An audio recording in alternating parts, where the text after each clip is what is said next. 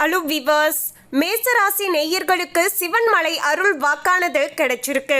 இதன்படி வரப்போகின்ற மார்ச் 18ஆம் தேதி அமாவாசைக்கு பிறகுல இருந்து பல முக்கியமான கிரகங்களுடைய மாற்றங்கள் ஏற்படுகிறது. இந்த கிரக மாற்றங்களை வைத்து தான் மேசராசி நேயர்களுடைய வாழ்க்கையில இனி இதெல்லாம் நிச்சயமாக ஜோதிட ரீதியாக நடந்தே தீரும் என்றும் கணிக்கப்பட்டு இருக்கிறது. மேசராசி நேயர்களே, மேசராசி மற்றும் மேச லக்னத்தில் பிறந்து இருக்கக்கூடியவர்களுக்கு இனி வரப்போகின்ற இந்த அமாவாசைக்கு பிறகு கிரகங்களுடைய நிலையானது கலவையான பலன்களை கொடுக்கக்கூடிய அளவுக்கு அமைஞ்சிருக்கு. தொழில் மற்றும் உத்தியோக ரீதியாக பார்க்கும்போது நல்ல வளர்ச்சி, முன்னேற்றம், வருமானம் ஆகியவற்றில் எந்தவித குறைவும் இருக்காது அப்படின்னு சொன்னாலுமே அதே நேரத்தில் வீணான அலைச்சல், திடீர் செலவுகள், எதிர்பாராத விரயங்கள் போன்றவையும் ஏற்படலாம். மேலும் மேசராசிக்காரர்களை பொறுத்தவரைக்கும் குடும்பம் சம்பந்தப்பட்ட விஷயங்களில் ஒரு சில சண்டை சச்சரவுகள், வாக்குவாதங்கள் மற்றும் மனக்கசப்பு ஏற்படுவதற்கான வாய்ப்புகள் இருக்கு என்பதால மேசராசி நேயர்கள் குடும்பங்கள் விஷயங்கள்ல கொஞ்சம் விட்டு கொடுத்து அனுசரணையாக நடந்துக்க வேண்டியது அவசியங்க. மேலும் பார்த்தீங்கன்னா உங்களுக்கு ஓரளவுக்கு குடும்பத்தில் சுமூகமான நிலையானது ஏப்ரல் மாதத்துக்கு மேலே ஆரம்பிக்கும் அப்படின்னு சொல்லலாங்க. மேலும் பார்த்தீங்கன்னா திருமணமானது கைக்கூடி வரப்போகிறது. இருப்பினுமே குழந்தைகளால் திடீர் செலவுகளுமே அவ்வப்போது ஏற்படக்கூடிய அளவுக்கு அமைஞ்சிருக்குங்க. அதாவது உங்களுடைய பிள்ளைகளுக்கு வரன் பார்த்துட்டு இருக்கீங்க அப்படிங்கிற பட்சத்தில் நல்ல வரனானது அமையக்கூடும்.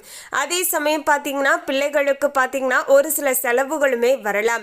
சில நேரங்களில் அது சுப செலவாக இருக்கும், சில நேரங்களில் அது மருத்துவ செலவுகளாகவும் இருக்கலாம். ஸோ இந்த இரண்டு விஷயங்களிலுமே கொஞ்சம் நீங்கள் எதிர்பார்ப்புடன் ஜாக்கிரதையாக இருக்க வேண்டும். மேலும் மேசராசி நேயர்களை பொறுத்த வரைக்கும் வேலை மற்றும் தொழில் சம்பந்தப்பட்ட விஷயங்களில் நல்ல ஒரு வளர்ச்சியையும் முன்னேற்றத்தையும் பார்க்கக்கூடிய அளவுக்கு சூழலானது அமைஞ்சிருக்குங்க.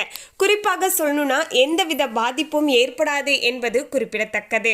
மேலும் பாதியில், அதாவது இனி வரப்போகின்ற இந்த ஏப்ரல் மாதத்துக்கு மேலே பார்த்தீங்கன்னா ஏப்ரல் மாதம் ஸ்டார்டிங்கில் இருந்தே பார்த்தீங்கன்னா வேலை சார்ந்த விஷயங்களில் புதிய முயற்சிகளை தவிர்த்து கொள்வது எல்லா விதத்திலையுமே நல்லதுங்க.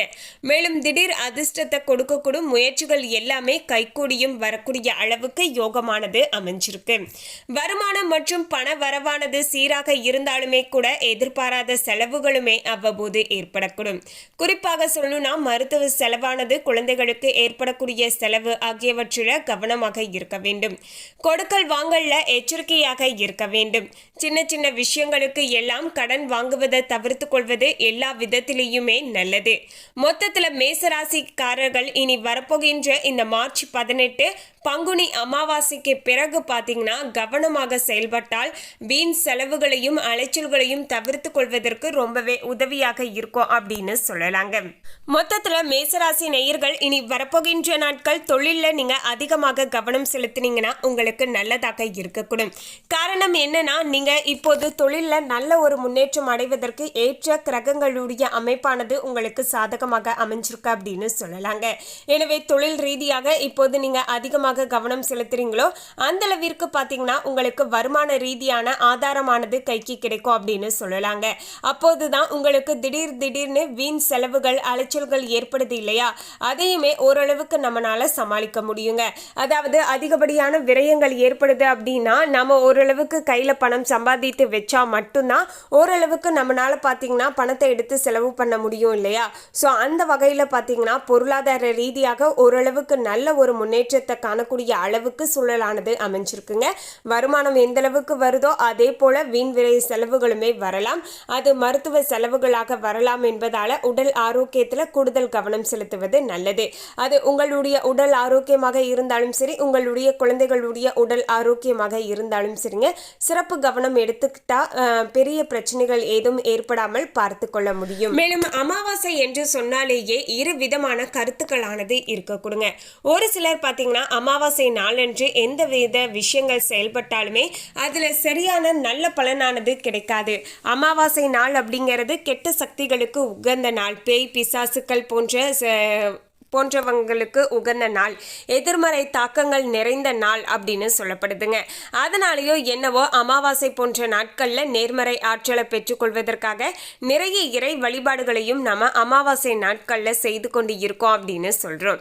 இன்னொரு பக்கம் அமாவாசை நாளன்று தொடங்கக்கூடிய விஷயங்கள் நல்லபடியாக நடந்து முடியும் அப்படிங்கிற இன்னொரு கருத்துமே இருக்கின்றது. எது என்னவாக இருந்தாலும் சரிங்க, அமாவாசை அன்று இரவு நேரத்துல இந்த பிரபஞ்ச சக்தியானது ரொம்பவே அதிகரித்து காணப்படுங்க. இந்த ஒரு பிரபஞ்ச ஆற்றல் நிறைந்து இருக்கக்கூடிய இந்த ஒரு இரவு நேரத்துல, அதாவது அமாவாசை நாளான மார்ச் 18ஆம் தேதி இரவு பார்த்தீங்கன்னா நீங்க மறக்காம நாம சொல்லக்கூடிய இந்த ஒரு எளிமையான பரிகாரத்தை செஞ்சுட்டு வாங்க. அதாவது ஒரு சின்னதா விளக்கை எடுத்துக்கோங்க. அதுல 3 கிராம்பு, 3 ஏலக்காய், ஒரே ஒரு பச்சை கற்பூரம், அவ்வளவுதாங்க. இந்த 3 பொருட்களையும் அந்த விளக்குல போட்டு அப்படியே பச்சை கற்பூரத்தை அப்படியே எரிய வச்சிடுங்க. இவ்வளவுதாங்க. இப்படி எரிஞ்சு அதனுடைய சாம்பல் வரும் வரைக்கும் பார்த்தீங்கன்னா நீங்க அப்படியே அமைதியாக உட்கார்ந்து உங்களுடைய வாழ்க்கையில எது நடக்கணும் அப்படின்னு ஆசைப்படுறீங்களோ அந்த விஷயத்த மனதார சொல்லலாம். அதாவது நல்லபடியாக திருமணம் நடக்கணும், நான் விருப்பப்பட்ட மணமகளையோ இல்லைனா மணமகனையோ பார்த்தீங்கன்னா நான் திருமணம் செய்து கொள்ளணும் அப்படின்னு நீங்க வேண்டிக்கலாம். இல்லைனா பார்த்தீங்கன்னா உங்களுக்கு ஒரு நல்ல தொழில் அமையணும், தொழிலில் முன்னேற்றம் ஏற்படணும், வீட்டில் கஷ்டங்கள் தீரணும், உடல் ஆரோக்கியத்தில் முன்னேற்றம் ஏற்படணும். இப்படி உங்களுடைய வாழ்க்கையில் உங்களுக்கு எது தேவையோ அந்த விஷயத்த மனதார நீங்கள் சொல்லி வழிபாடுகள் செஞ்சுக்கோங்க. நீங்கள் இந்த பரிகாரத்தை செஞ்ச உடனேயே பார்த்தீங்கன்னா, அதாவது ஓரிரு நாட்களிலேயே நல்ல மாற்றங்களானது ஏற்படுவதை நீங்கள் பரிபூர்ணமாக உணர்ந்து கொள்ளலாம். அப்படிங்கிறதுல உங்களுக்கு துளி அளவுக்கும் சந்தேகமே வேண்டாங்க. ஏன்னா அந்த அளவுக்கு உடனடியாக கைமேல் பலன் தரக்கூடிய ஒரு அற்புதமான பரிகாரங்க. பொதுவாகவே அமாவாசை நாட்கள்ல பிரபஞ்ச சக்தியானது நிறைந்து இருக்குங்க. ஸோ இப்படிப்பட்ட இந்த நேரத்தில் நாமளும் இந்த பிரபஞ்சத்தோடு இணைந்து நமக்கு பிடித்த கடவுளான சிவன், பெருமாள் இல்லைனா பிரம்மா, இந்த 3 கடவுள்களில் ஏதாவது ஒரு கடவுளுடைய திருமந்திரத்தை நம்ம மனதார உச்சரிக்கலாம். ஏனென்றால் இந்த பிரபஞ்ச சக்தி நிறைந்த இந்த நேரத்தில் இந்த 3 கடவுள்களுமே அப்படியே இந்த உலகம் முழுக்க பார்த்தீங்கன்னா சுற்றி வருவதாக ஐதீகங்க. ஸோ அப்படி அவங்க சுற்றி வருகின்ற அந்த நேரத்தில் அவங்கள மனதார நினைச்சுக்கிட்டு நாம ஏதாவது சில விஷயங்கள் கேட்குறோம் அப்படிங்கிற பட்சத்தில் அந்த விஷயமானது அப்படியே உடனடியாக நடக்கும் அப்படிங்கிறது ஐதீகங்க. ஸோ இந்த ஒரு வழிபாட்டை எளிமையாக பார்த்தீங்கன்னா அமாவாசை அன்று செய்து பாருங்க. நீங்க நினைச்சதும் உங்களுக்கு அப்படியே நடக்க கொடுங்க. மேலும் ஜோதிட ரீதியாக பார்க்கும்போது மேசராசிக்காரர்களுக்கு ஆரம்பத்தில் கொஞ்சம் சண்டை சச்சரவுகளானது குடும்பத்தில் இருக்கத்தாங்க செய்யும். இருந்தாலுமே பார்த்தீங்கன்னா இது எல்லாமே குடும்பத்தில் சுமூகமான சூழலும் இனிமையும் பார்த்தீங்கன்னா அடுத்தடுத்து நிலவ ஆரம்பிக்கும் அப்படின்னு சொல்லலாங்க.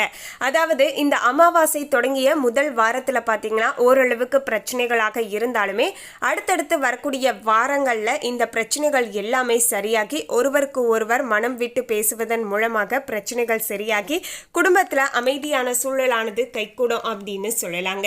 அதோடு உங்களுடைய குழந்தைகளுக்கு நீங்கள் திருமணத்திற்காக முயற்சி செய்து கொண்டு இருப்பவர்களாக இருந்தீங்கன்னா உங்களுடைய பிள்ளைகளுக்கு இப்போது திருமணத்தை நல்லபடியாக செய்து முடிக்கலாம்.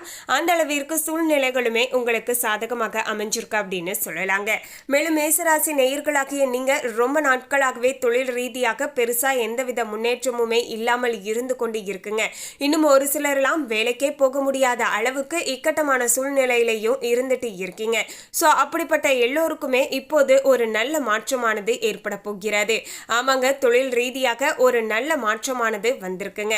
தொழிலில் இப்போது நீங்க எந்த அளவுக்கு ஃபோக்கஸ் பண்ணி ஒவ்வொரு விஷயங்களையும் பார்த்து பார்த்து செஞ்சுட்டு வரீங்களோ அந்த அளவிற்கு நல்ல மாற்றங்களானது ஏற்படக்கூடிய அளவுக்கு சூழலானது திருப்திகரமாக அமைஞ்சிருக்குங்க.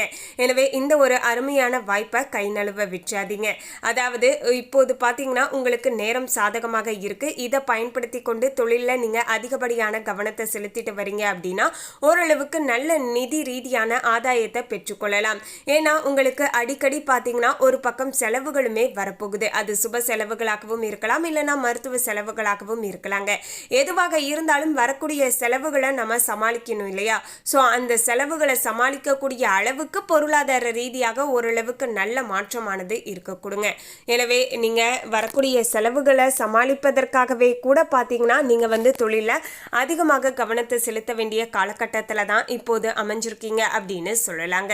மேலும் மேசராசி நேயர்களாகிய நீங்க பார்த்தீங்கன்னா அமாவாசை அன்று மறக்காம காகத்திற்கு எள் கலந்த சாதத்தை வச்சுட்டு வாங்க.